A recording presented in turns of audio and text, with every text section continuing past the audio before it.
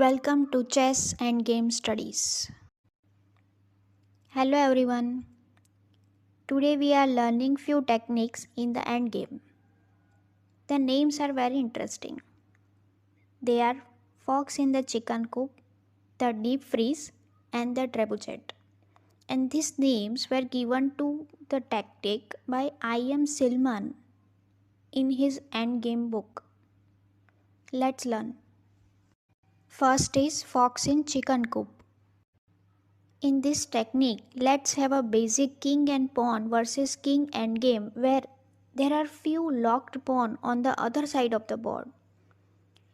Here, white king is on a4, white pawn is on b4, two white pawns are on f5 and g4, black king is on b6, and two black pawns that are locked with white pawns and that are on f6 and g5.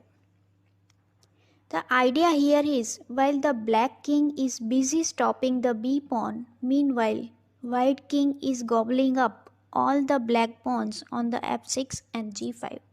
Let's see. b5, king b7, king a5, king a7, b6 check, king b7, king b5, king b8, king c6, king c8, king d6, king b7, king e6, king into b6, king into f6, king c7, king into g5. So white is up 2 pawns and white is winning here. The second technique is the deep freeze. The question comes into the mind that what is this deep freeze?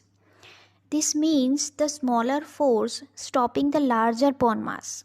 Let's see this example. Here white has a pawn on a4 and the black has a pawn on a6 and b7. So if here white plays a5, then it is stopping both the pawns simultaneously. a5. If black plays here b6 or b5, then white will take by capture or by en-passant, and it is very close to the promotion. b5. A into b5 and black king cannot stop this pawn and white is winning here. So this formation is called the deep freeze. Let's learn the different position.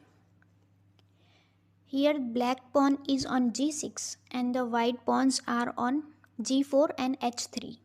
Now it is black's turn to move. If black plays here g5, then it freezes both the pawns on the g4 and h3. And if white plays here h4, then g into h4, g5, h3, g6, h2, g7 and h1 is equal to queen, and this is winning for black. So this formation is called the deep freeze. Third technique is called the trebuchet.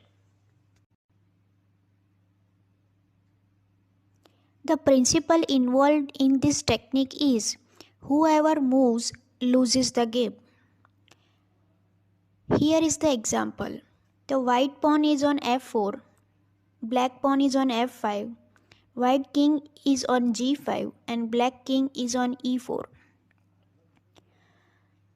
This position can occur with any set of pawn other than the rook pawns with both king in front of their respective pawns, and this is called the trebuchet.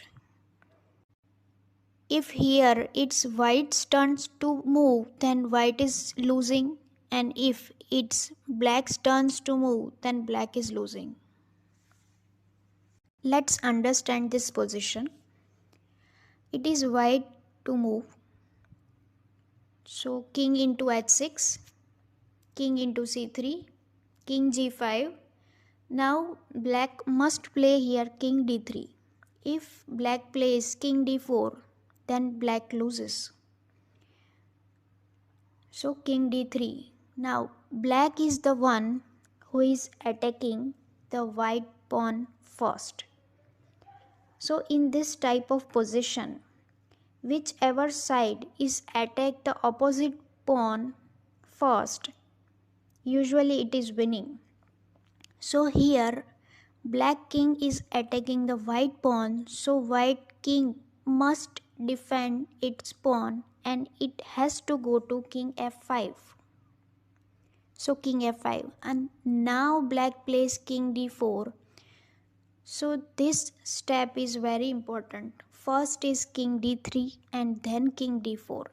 So now black is attacking as well as defending its pawn, and now the white king has to move away from the white pawn and white loses the pawn. King g4, king into e4, king g3, king e3, king g4, e4, king g3, king e2, king g2, e3, king g1, king e1, king g2, e2, king g1, king d2, king g2, and e1 is equal to queen. So black is winning here. The rule is in an upcoming trebuchet position, the side whose king can make the first contact with enemy pawn that can force the win here. Today we learned 3 different techniques in the endgame. Hope you like it. Thank you for watching.